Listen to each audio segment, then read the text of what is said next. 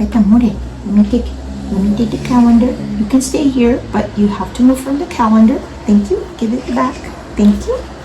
Calendar, I need it back. Brava. Very good. Brava, Tatuna. Brrrr.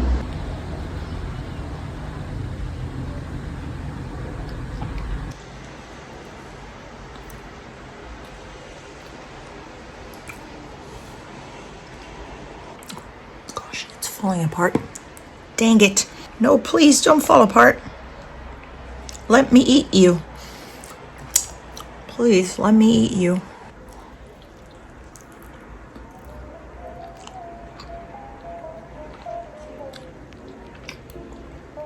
This is so good.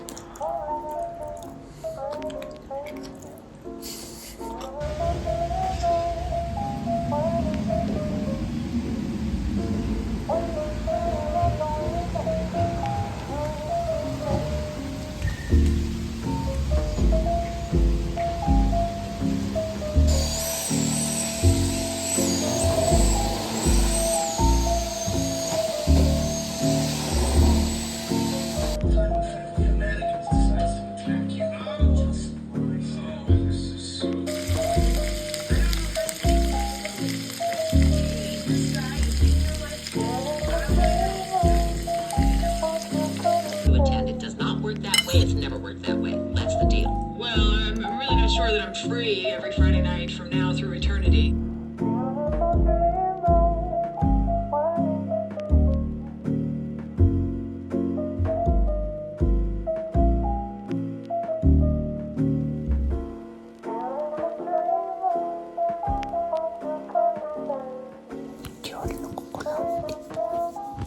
To get out of bed. Otherwise, I won't show up for work today. I'll just keep sleeping, which doesn't sound bad. If only I could get paid for it. Ugh.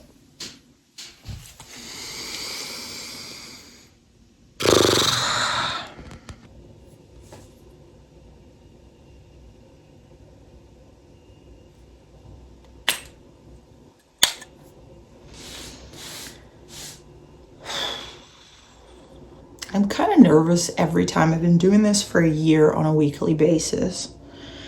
And to be honest, my thighs are covered in bruises. I don't know if that's normal. The pens that I used to use were really like pressing a lot. Like the mechanism, you had to press a lot for the pen to function. This is much, much lighter to use. So I'm hoping that with the time, I'm not gonna have as many bruises on my thighs as I have now. But yeah, I guess this is just one of the many fun sides of being a person with a chronic illness.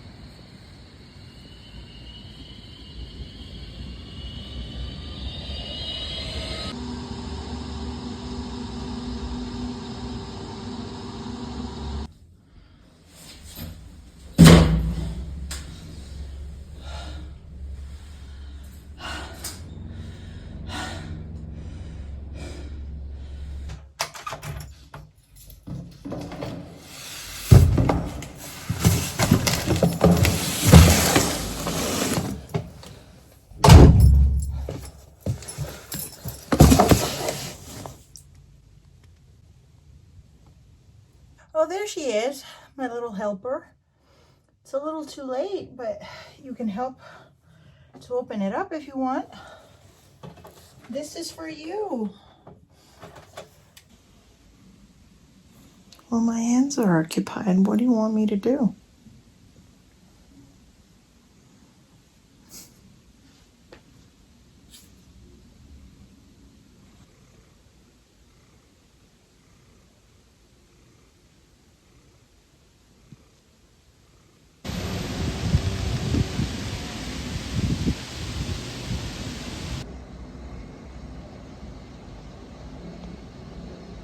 Please excuse my current appearance.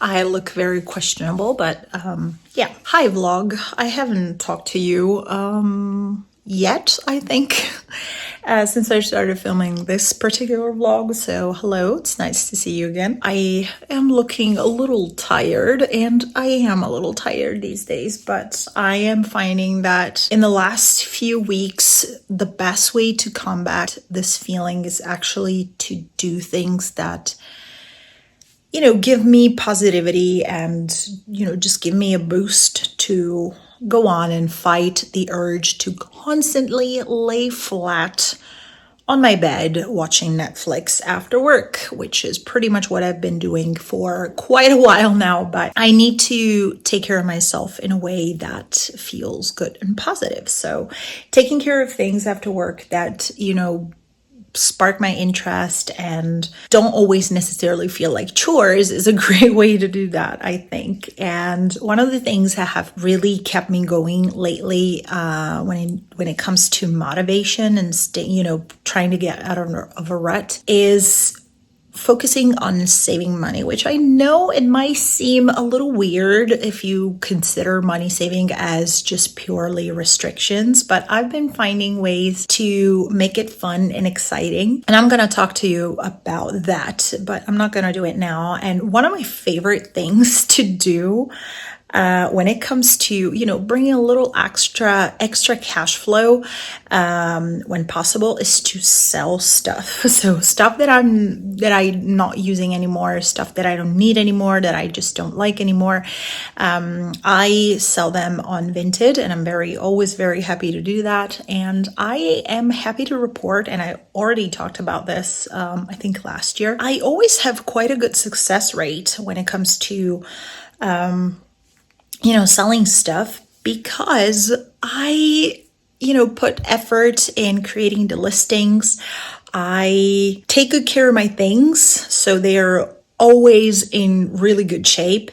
And when I create my listings, I take enough time and energy to create photos that are actually going to show that, like the good conditions of the item. And I take enough time and energy to create a product description that it's actually descriptive, which, let me tell you, 80% of the people usually don't do.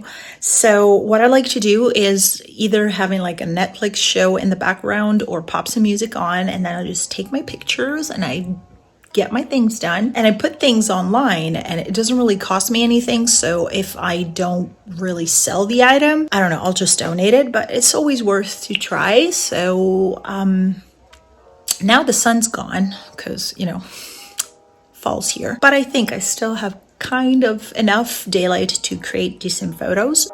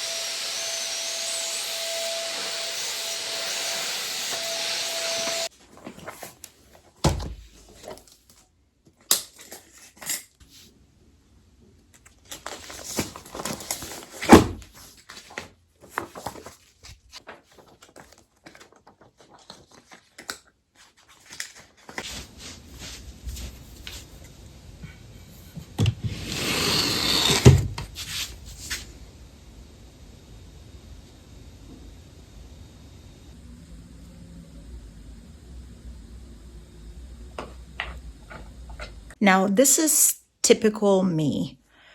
Whenever I plan something, I don't always necessarily stick to the plan, and then something totally random, like cleaning my junk drawer, comes on a Thursday night unannounced. I was supposed to just bring the trash out, which I did, and then vacuum, which I did, and then I started putting away random things that have been laying around for a while, and the result is this one. So before I lose the momentum, I'm just gonna keep going.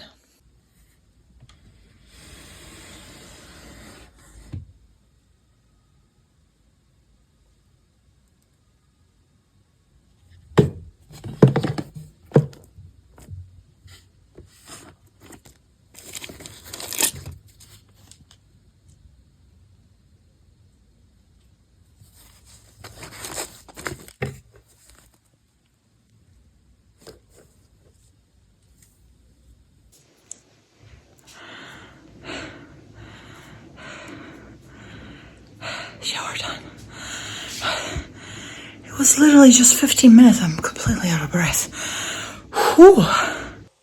Really nice ripeness too.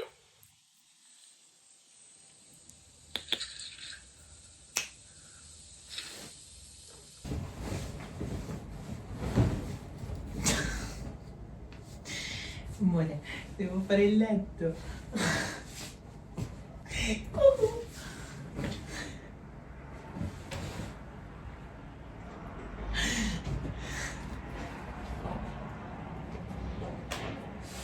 Cosa fai, amore? Devo fare il letto. Ziggy, amore, devo fare il letto. Dai, dai. Ehi. Ehi. Come on. Whoop. Whoop. Look. Ziggy, amore, you can go underneath if you want. I don't care about that, but just let me make my bed, please. Well, hello there.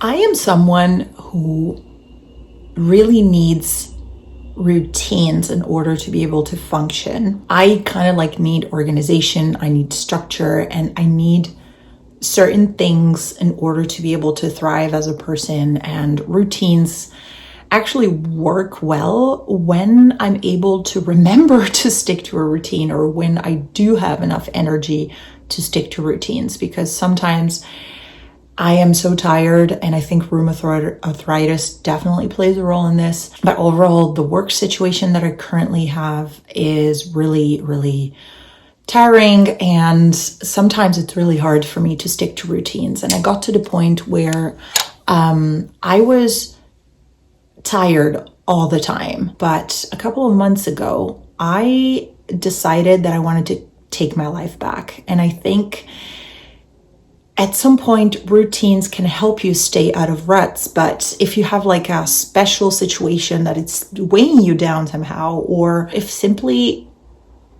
you know, those motivational videos of just get up and do something and do the first step just not always work for everybody. I had a fair amount of months this year where the easiest thing for me after work was to lie down flat on my bed and watch Netflix for hours, because that's the only thing that my brain and my body could sustain. And then I got tired at some point of feeling tired all the time.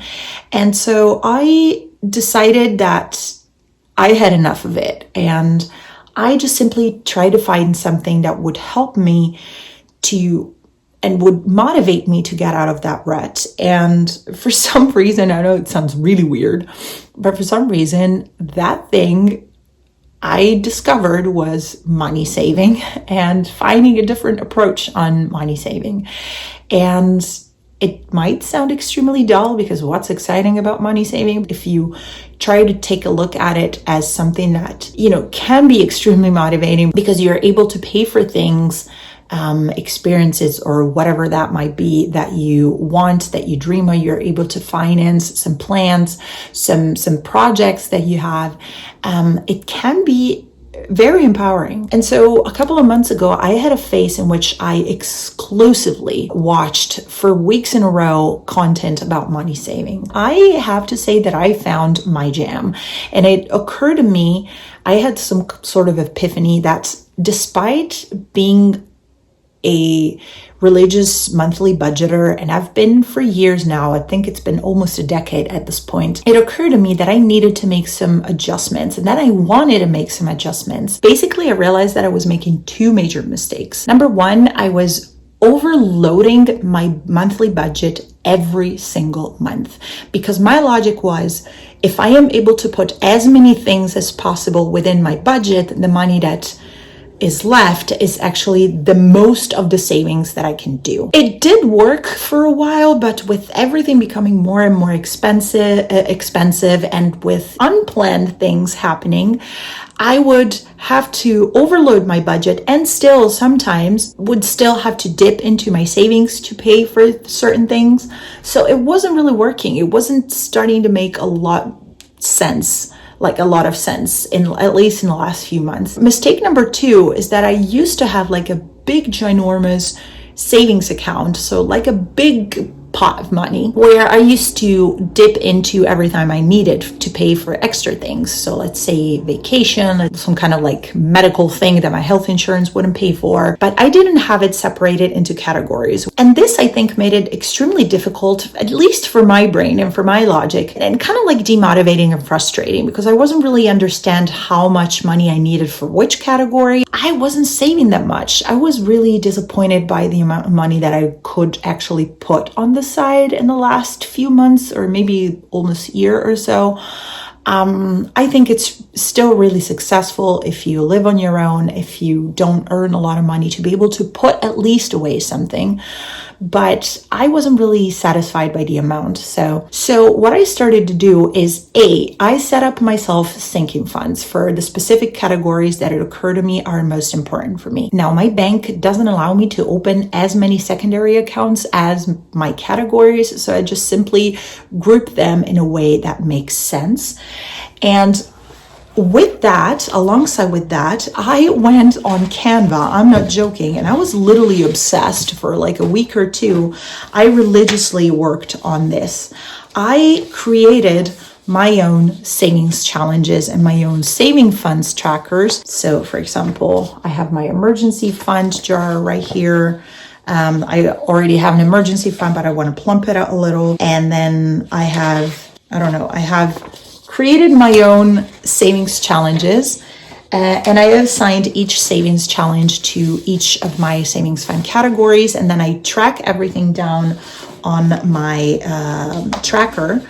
And I must say that this changed everything. Not only I am much more motivated to save money because I have, these savings challenges and these fun little things to color at the end of each month and stuff, but I'm able to sit down and mindfully assign a portion of my savings to each category according to what is high priority in that month.